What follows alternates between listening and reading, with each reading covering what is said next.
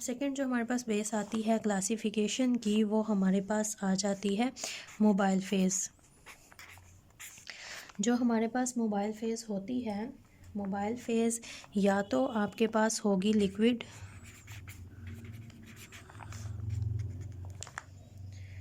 या फिर ये आपके पास होगी गैस। आप सॉलिड तो नहीं हो सकती मोबाइल फेज़, जिसको हम क्या ही मोबाइल रहे हैं तो वो सॉलिड तो नहीं होगी, क्योंकि सॉलिड चीज़ कभी भी मूवमेंट शो नहीं करेगी।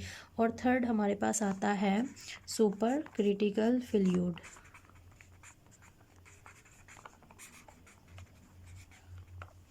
अकॉर्डिंग टू मोबाइल फेज़ हमारे पास क्रोमेटोग्राफी में डिफरेंट मोबाइल फेजेस हो सकती हैं, या तो वो लिक्विड होगी या फिर वो गैस होगी या फिर वो हमारे पास होंगे super fluid, super critical fluid. अब अगर हम लिक्विड की ही बात करें, वो क्रोमेटोग्राफीज जहाँ पर मोबाइल फेज हमारे पास लिक्विड होती है, they are of vast varieties, different हमारे पास क्रोमेटोग्राफीज़ हैं। अगर हम यहाँ पर सिर्फ कुछ के ही नाम लिखें तो कुछ के नाम मेंशन करते हैं यहाँ पर। कुछ क्रोमेटोग्राफी की टाइप्स मैंने यहाँ पर लिखी हैं, वो जहाँ पर मोबाइल फेज़ हमारे पास होगी लिक्विड। अब मोबाइल फेज़ जो हम लिक्विड यूज़ करते हैं, एक्चुअली ये हमारे पास होते हैं बफर सॉल्यूशंस। बफर सोल्यूशन कह लें या फिर सिंपल सोल्यूशन होते हैं।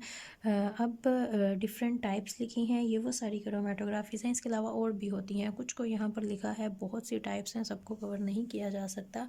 ये वो टाइप्स हैं जिनमें मोबाइल फेज़ हमारे पास होती है लिक्विड। अब बारी बारी एक एक टाइप को हम यहाँ पर डिस्कस करते जाते हैं। हमारे पास जो नॉर्मल फेज़ क्रोमेटोग्राफी वो होती है, जिसको हम we can say it is 100% organic. यहाँ पर वाटर या कोई भी polar component, polar solvent use नहीं किया जाता। नॉर्मल फेस क्रोमेटोग्राफी वो होती हैं जहाँ पर मोबाइल फेस 100% हमारे पास made up of organic solvents, no water no polar solvents use होंगे यहाँ पर। और जो हमारे पास सेकेंड आती है, that is reverse face. Reverse face chromatography हमारे पास वो होती है डैट इज़ 100% पोलर। यहाँ पर यू कैन से आपके पास जो मोबाइल फेज़ है वो वाटर के अंदर वो सॉल्वेंट्स ऐड किए जाते हैं जो कि हमारे पास होते हैं पोलर। अब अगर हाइड्रोफोबिक क्रोमेटोग्राफी की बात की जाए तो हाइड्रोफोबिक इंट्रैक्शन होती है। हाइड्रोफोबिक इंट्रैक्शन क्रोमेटोग्राफी हमारे पास वो होती है जहाँ पर यूज़ किया जाता है प्रोटीन्स के लिए। ये क्रोमेटोग्राफी परफॉर्म की जाती है। प्रोटीन्स के साथ काम आपने करना है, लेकिन आपने उन प्रोटीन्स को बायोलॉजिकली एक्टिव रखना होता है। ऐसा नहीं है कि आप अगर प्रोटीन कंपोनेंट के साथ काम कर रहे हो तो आप उनके सेल्स को टोटली डैमेज कर दो, टोटली डेड कर दो। आपने बायोलॉजिकली उनको एक्टिव रखना होता है और साथ में आपने उनकी सेपरेशन या फिर आइसोलेशन करनी होती है, और ये किया जाता है हाइड्रोफोबिक क्रोमेटोग्राफी में। उसके बाद हमारे पास आती है हाइड्रोफिलिक क्रोमेटोग्राफी। हाइड्रोफिलिक इंट्रैक्शंस हमारे पास वो क्रोमेटोग्राफी होती है जहाँ पर प्रोटीन्स के साथ, प्रोटीन्स मतलब कि जो प्रोटीन के बेसिक यूनिट होते हैं, अमाइनो एसिड्स, इनके साथ हमारे पास प्रेजेंट होती है सिलिका, जिनको हम कहते हैं अमाइनो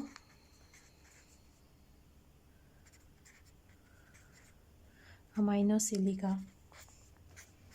अमाइनो सिलिका बॉन्डेड होती है हमारे पास। जब हमारे पास ऐसे कंपोनेंट्स होते हैं तो उनके लिए जो क्रोमेटोग्राफी परफॉर्म की जाती है डैट इज़ हाइड्रोफिलिक। उसके बाद हमारे पास आती है आयन एक्सचेंज। आयन एक्सचेंज को आपने स्टडी किया हुआ है, वहाँ पर भी हमारे पास लिक्विड मोबाइल फेज़ ही होती है। ये आयन्स के लिए यूज़ की जाती है, यहाँ पर बफर सोल्यूशंस को यूज़ किया जाता है। उसके बाद हमारे पास फास्ट प्रोटीन लिक्विड क्रोमेटोग्राफी आती है। ये वो क्रोमेटोग्राफी होती है जहाँ पर हम यूज़ करते हैं मिक्सचर ऑफ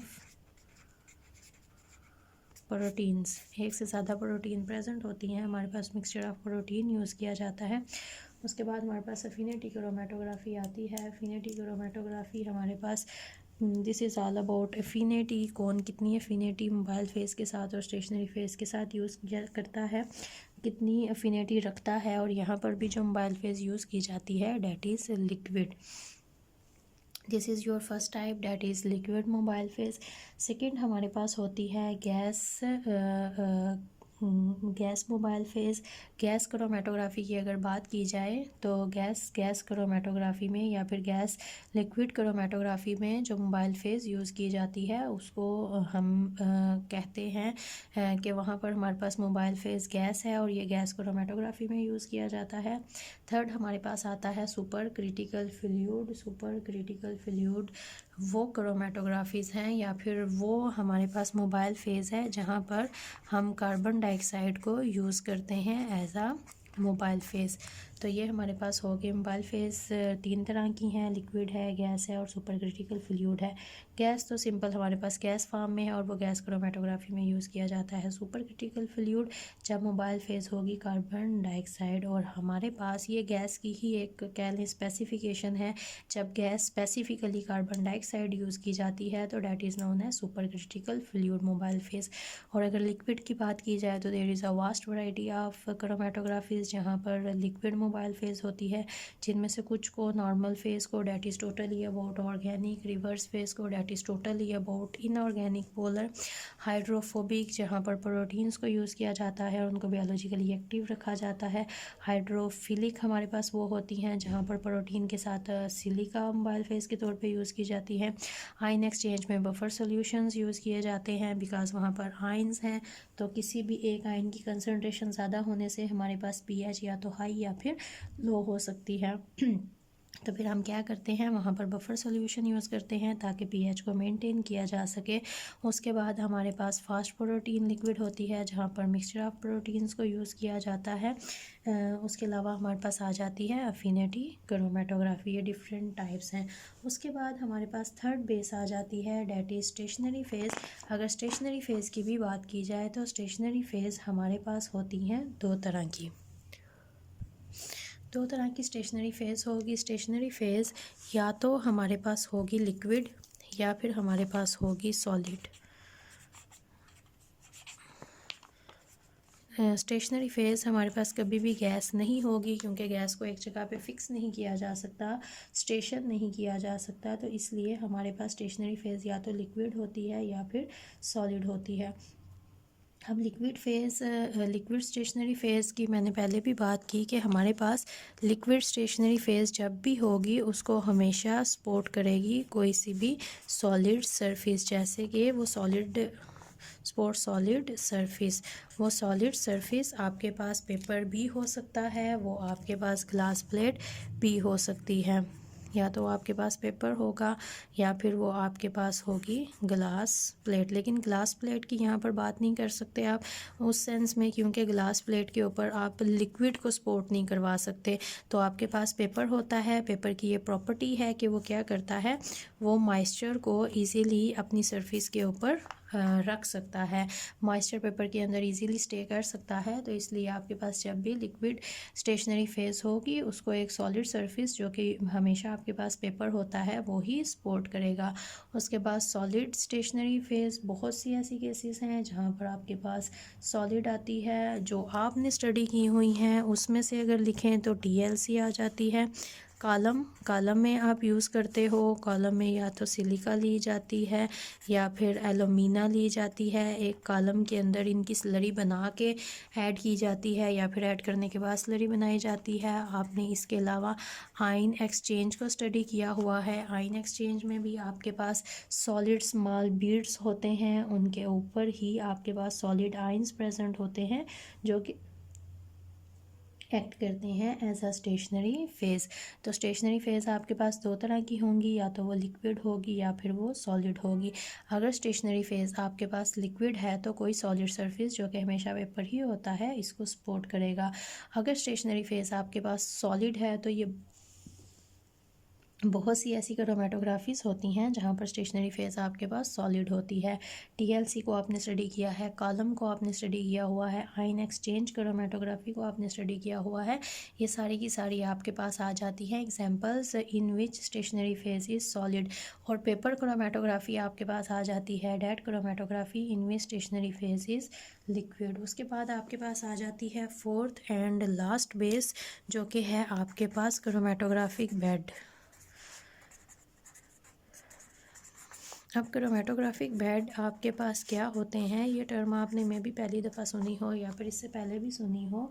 क्रोमेटोग्राफिक बेड आपके पास दो तरह के होते हैं, या तो वो होंगे आपके पास प्लेनर या फिर वो आपके पास होंगे ट्यूबुलर। जब आप कहते हो कि आपका क्रोमेटोग्राफिक प्लेनर है तो इसका मतलब है जो आपने यहाँ पर क्रोमेटोग्राफिक बेड यूज़ किया है वो आपकी एक प्लेन सरफेस है। अगर प्लेन सरफेस की एग्जांपल ली जाए तो प्लेन सरफेस में आपके पास दो सरफेस जो आपने अभी तक स्टडी की हैं, एक आपके पास हो सकती है पेपर, दूसरा आपके पास हो सकती है ग्लास प्लेट्स। ये आपके पास प्लेन सरफेस होती हैं जो क्रोमेटोग्राफिक बेड के तौर पे एक्ट करती हैं, जिसके ऊपर क्रोमेटोग्राफिक बेड वो आपके पास सरफेस होती है जहाँ पर स्टेशनरी फेस को अप्लाई किया जाता है। ये दो तरह की होती है, या तो ये प्लेनर होगी या फिर ये आपके पास ट्यूबुलर होगी। जो प्लेनर आपके पास क्रोमेटोग्राफिक बेड होते हैं वो आपके पास पेपर आ सकते हैं या फिर वो आपके पास ग्लास प्लेट्स आ सकती हैं। और आपके पास ट्यूबुलर की अगर बात की जाए तो ट्यूबुलर की एग्जांपल्स, ट्यूबुलर ट्यूब शेप होते हैं इस तरह से। ट्यूबुलर भी आपने दो स्टडी किए हुए हैं, एक ही मैंने आपके सामने बना दिया और दूसरा भी आपने इस तरह से स्टडी किया हुआ है। अब ये कौन कौन सा है, अगर इनके नाम लिखें तो एक आपने स्टडी किया हुआ है कॉलम क्रोमेटोग्राफी में, जहाँ पर आपके पास कॉलम है वो ट्यूबुलर शेप ट्यूब शेप होती है।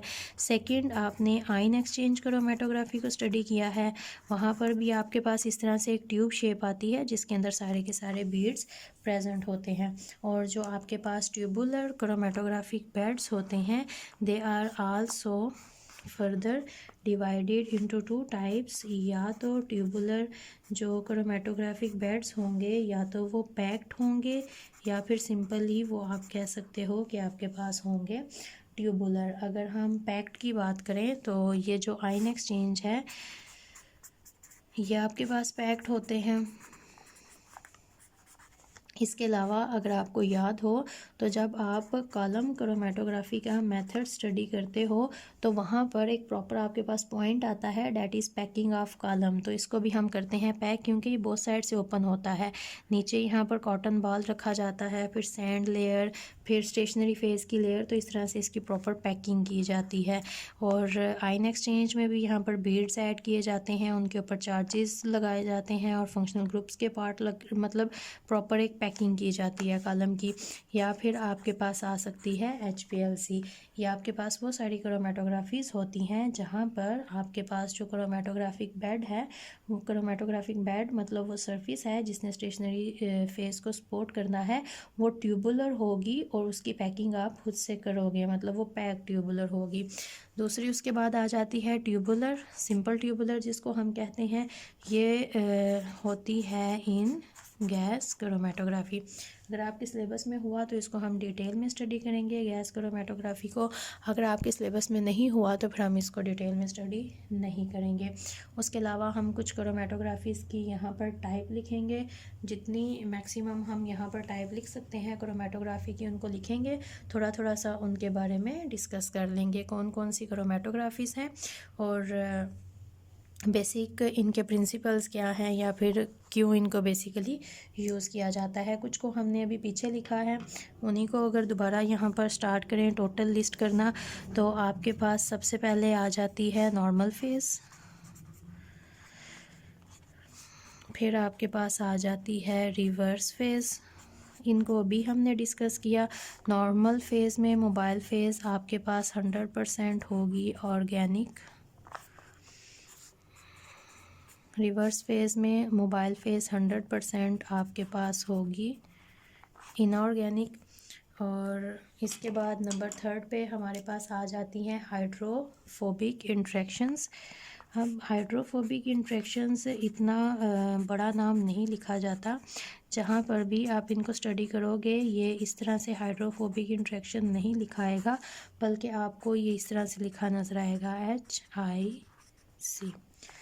HIC का H stand for hydrophobic, and I stand for interaction, C stand for chromatography. Hydrophobic interaction chromatography को भी हमने स्टडी किया। ये वो क्रोमेटोग्राफी होती है हमारे पास जहाँ पर मोबाइल फेज़ में हम यूज़ करते हैं प्रोटीन्स जिनको बायोलॉजिकली रखा जाता है एक्टिव। उसके बाद हमारे पास एक आती है HILLIC, this stand for hydrophilic interaction chromatography. Hydrophilic interaction chromatography के लिए हमेशा HILLIC लिखा जाता है to differentiate from HIC that is hydrophobic interaction. और हाइड्रोफिलिक इंट्रैक्शन वो होती हैं जहाँ पर हमारे पास अमाइनो एसिड्स के साथ साथ सिलिका भी अटैच होते हैं। इसके अलावा हमारे पास आ जाती है आयन एक्सचेंज जहाँ पर बफर सोल्यूशन यूज़ किए जाते हैं। इसके अलावा हमारे पास आ जाती हैं फास्ट प्रोटीन जहाँ पर प्रोटीन के मिक्सचर्स को यूज़ किया जाता है। इसके अलावा हमारे पास आ जाती हैं साइज़ एक्सक्लूजन। अगर आप साइज़ एक्सक्लूजन की बात करो, साइज़ एक्सक्लूशन के लिए हमेशा सिंबल यूज़ किया जाता है SEC। अगर कहीं पर SEC लिखा हो तो इसका मतलब सेकेंडरी नहीं होगा। क्रोमेटोग्राफी में इसका मतलब होगा size exclusion. C stand for chromatography. Size exclusion chromatography को ही कहा जाता है जेल परमिएशन क्रोमेटोग्राफी। स्पेलिंग अगर मैं करेक्ट लिखूँ इसके, जेल परमिएशन क्रोमेटोग्राफी। और इसके लिए जो सिंबल यूज़ किया जाता है that is GPC, this will stand for gel permeation chromatography. इसके अलावा आपके पास आ जाती है अफिनिटी क्रोमेटोग्राफी। अफिनिटी क्रोमेटोग्राफी को अफिनिटी क्रोमेटोग्राफी भी कहा जाता है और इसके अलावा इसको सूडो अफिनिटी क्रोमेटोग्राफी भी कहा जाता है। इसके अलावा नंबर 9 पे हमारे पास आ जाती है सुपर क्रिटिकल फ्लूइड क्रोमेटोग्राफी। ये वो क्रोमेटोग्राफी होगी जहाँ पर यूज़ किया जाता है कार्बन डाइऑक्साइड को एज अ मोबाइल फेस। उसके अलावा हमारे पास आ जाती है गैस क्रोमेटोग्राफी। गैस क्रोमेटोग्राफी हमारे पास वो होगी जहाँ पर मोबाइल फेस हमारे पास होगी गैस। इसके अलावा नंबर 11 पे हमारे पास आ जाती है pyrolysis gas chromatography. GC stand for gas chromatography. एक टाइप हमारे पास आ जाती है पायरोलिसिस क्रोमेटोग्राफी। इसके अलावा हमारे पास आ जाती है CCC जिसको हम कहते हैं काउंटर करंट क्रोमेटोग्राफी। इसके अलावा हमारे पास सिंपल जिसको हम बहुत दफ़ा पढ़ चुके हैं नंबर 13 इसको हम लिखें, दिस इज़ पेपर क्रोमेटोग्राफी जो कि आपके लिए नोन है। इसके अलावा आपके पास आ जाती है TLC थिन लेयर क्रोमेटोग्राफी। इसके अलावा भी बहुत सी हमारे पास क्रोमेटोग्राफी की टाइप्स होती हैं। ये जो काउंटर करंट क्रोमेटोग्राफी को हमने यहाँ पर लिखा है, तो जब हम पेपर क्रोमेटोग्राफी की बात करते हैं तो पेपर क्रोमेटोग्राफी की भी फर्दर हमारे पास बहुत सी टाइप्स आती हैं जिनको हम असेंडिंग कहते हैं, डिसेंडिंग है, रेडियल है। इसके अलावा हमारे पास 1 डायमेंशनल है। इसके अलावा हमारे पास 2 डायमेंशनल है।